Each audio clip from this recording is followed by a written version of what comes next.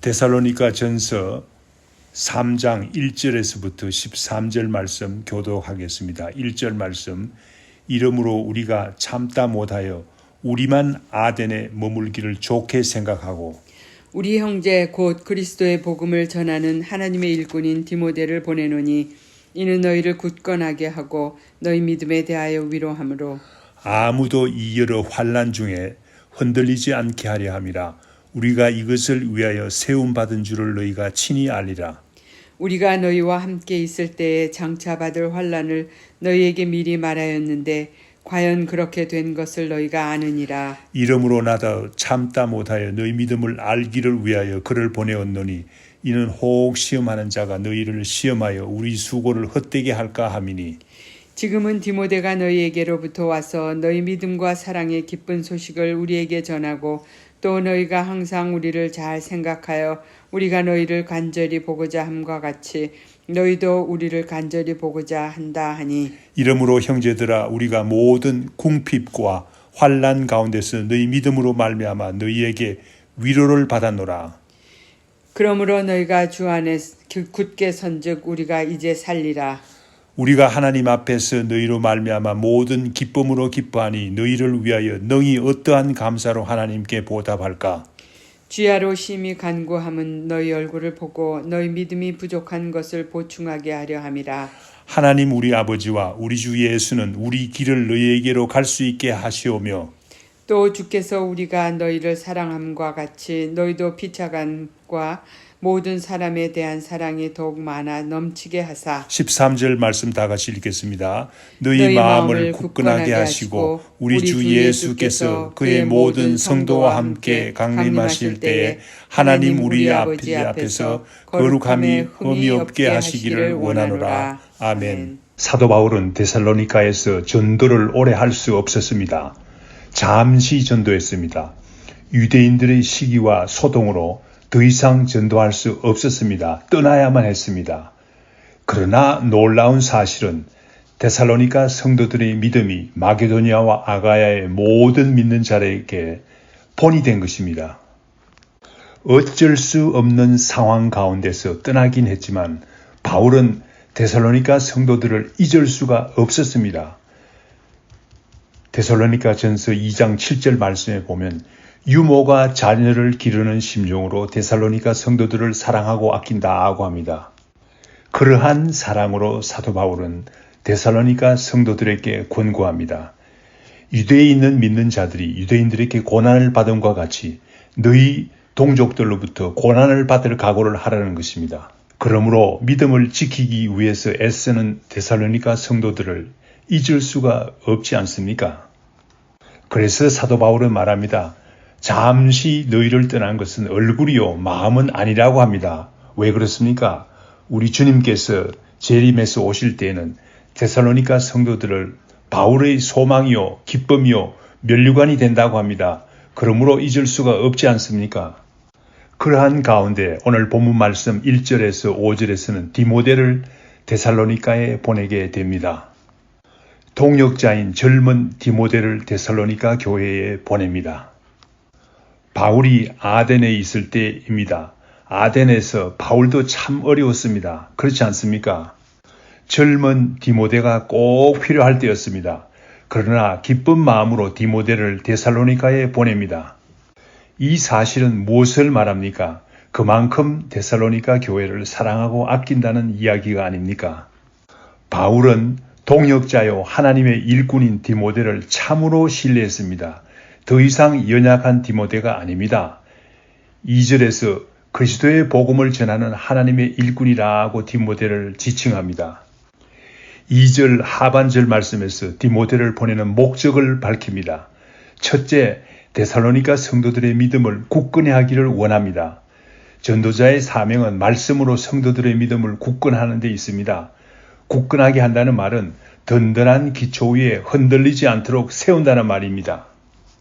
예수님께서도 베드로에게 말씀하셨습니다. 누가복음 22장 32절 말씀에 보면 너는 돌이킨 후에 내 형제를 굳게 하라 라고 했습니다. 베드로가 회개한 후에 할 일 중에서 첫째로 주신 사명입니다. 이와 같이 디모데를 데살로니가에 보낸 첫째 이유는 데살로니가 교회 성도들의 믿음을 굳건히 하는 데 있었습니다. 두 번째 디모데의 사명은 데살로니가 교회 성도들을 위로하는 것이었습니다. 위로를 하되 세상 일에 대해서 위로하는 것이 아니라 믿음에 대해서 위로하는 것이었습니다. 믿음이 자라기 위해서는 위로가 필요합니다. 우리가 다 위로가 필요하지 않습니까? 초목에 물을 줄 때 잘 자라지 않습니까? 또한 믿음도 마찬가지입니다. 믿음도 위로할 때 잘 자라는 것입니다. 데살로니가 성도들은 여러 가지 혼란 가운데 있었습니다. 환란 가운데 있었습니다. 3절 말씀에 그러한 환란 가운데 흔들려 넘어지지 않게 하기를 원한다고 합니다. 그러한 마음으로 디모데를 보내는 것입니다. 하나님께서 이러한 것을 위해서 우리 일꾼들을 세우셨다고 바울은 말합니다. 이러한 사명도 감당하기 위해서 우리를 세우셨다고 말합니다. 그러므로 전도자의 사명은 복음을 전할 뿐만 아니라 믿음을 굳건히 하고 믿음이 잘 자라도록 위로하는 일도 사명으로 주셨다는 말입니다. 하나님께서 먼저 믿은 우리에게 주신 사명도 동일합니다. 복음을 전하는 사명을 주셨을 뿐만 아니라 믿음이 연약한 자들을 굳게 하고 위로하는 일도 우리에게 주셨습니다. 오늘날 많은 사람들이 어려운 가운데서 믿음이 흔들리고 있습니다. 그들의 연약한 믿음을 도우기 위해서 우리는 도움의 손을 내밀어야 되겠습니다. 우리가 파송하고 후원하는 선교사님들을 위해서 기도합시다. 복음을 전하는 사명도 잘 감당해야 되겠습니다.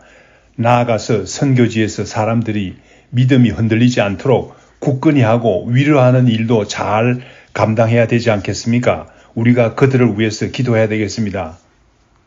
선교사님들이 구제의 도움의 손을 내밀 수 있도록 형편을 마련해야 되지 않겠습니까? 본문 말씀으로 다시 돌아옵니다. 4절 말씀에서 사도 바울은 이러한 이유로 미리 데살로니가 성도들이 장차 받을 환난을 말하였다고 합니다. 데살로니가 성도들은 지금 정말 어려운 환난을 당하고 있습니다. 그런데 이와 같이 환난을 당하는 것은 그리스도인들로서 당연한 일이며 사도 바울이 이미 말한 대로 환난 가운데서 어려움을 당하고 있다고 말합니다. 그러므로 믿음을 굳건히 하고 흔들리지 말 것을 상기시키고 있습니다. 그러한 가운데 참다 못해서 디모데를 보낸다고 합니다. 디모데가 가서 데살로니가 성도들의 믿음을 굳건히 할 뿐만 아니라 위로하여서 데살로니가 성도들이 승리하리라고 믿는 마음으로 보냅니다.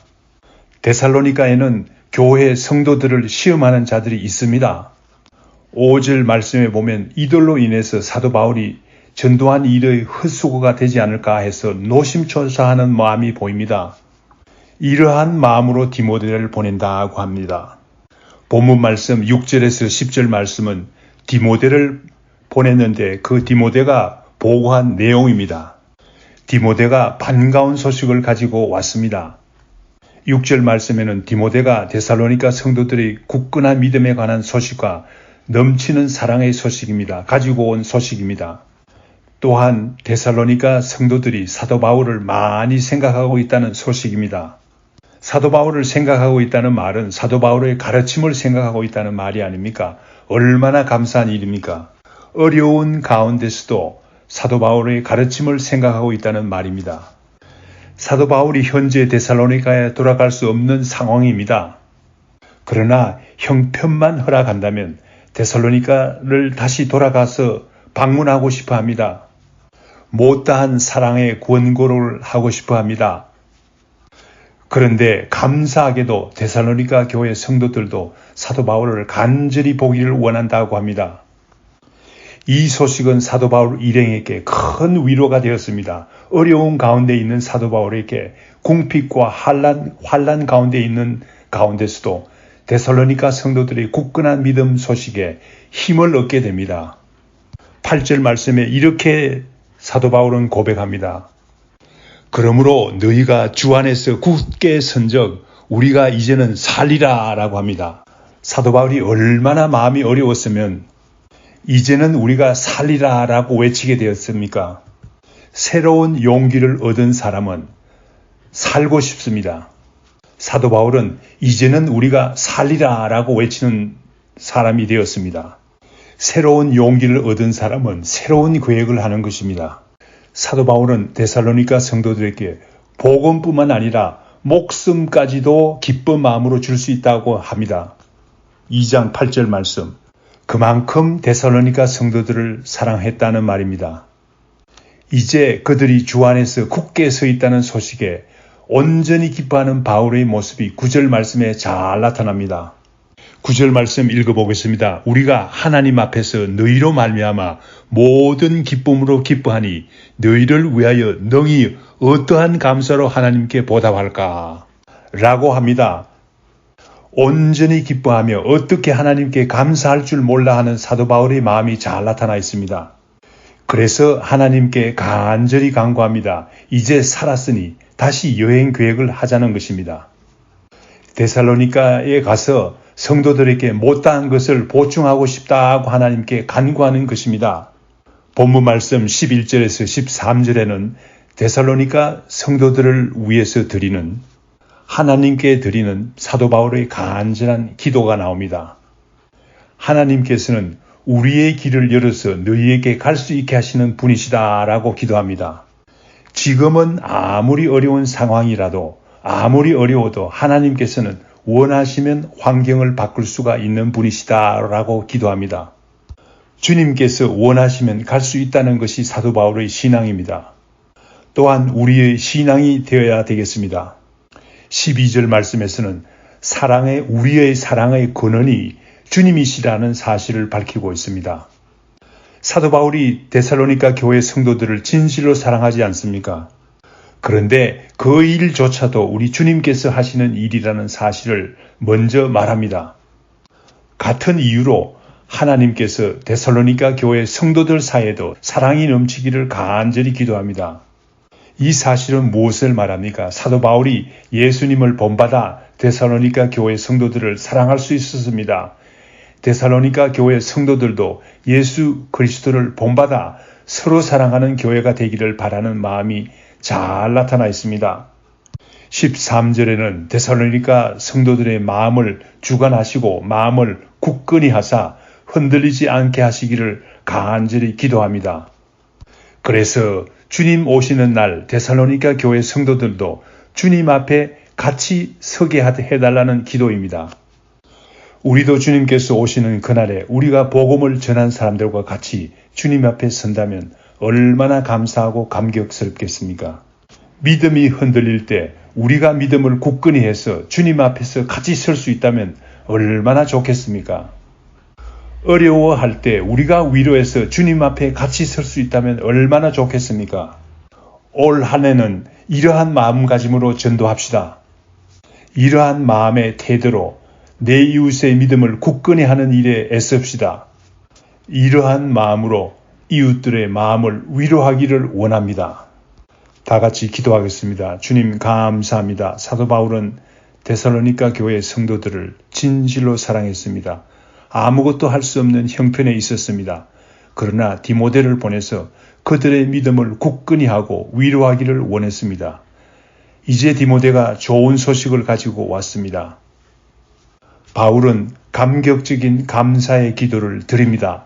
주님께서 오시는 그날에 주님 앞에 같이 설 수 있다는 일을 생각하며 기뻐하고 있습니다. 감격하고 있습니다. 오늘 하루도 우리도 이러한 감격 속에서 살게 인도하여 주시옵시고 전도하게 하시옵소서. 흔들리는 사람들의 믿음을 굳건히 하게 하옵소서. 위로하게 하시옵기를 간절히 빌고 원하옵나이다. 이 모든 말씀 예수님 이름으로 기도드립니다. 아멘. 하늘에 계신 우리 아버지여, 이름이 거룩히 여김을 받으시오며 나라의 임하옵시며 뜻이 하늘에서 이룬 것 같이 땅에서도 이루어지이다. 오늘날 우리에게 일용할 양식을 주옵시고 우리가 우리에게 죄 지은 자를 사하여 준 것 같이 우리 죄를 사하여 주옵시고 우리를 시험에 들게 하지 마옵시고 다만 악에서 구하옵소서. 대개 나라와 권세와 영광이 아버지께 영원히 싸움나이다. 아멘.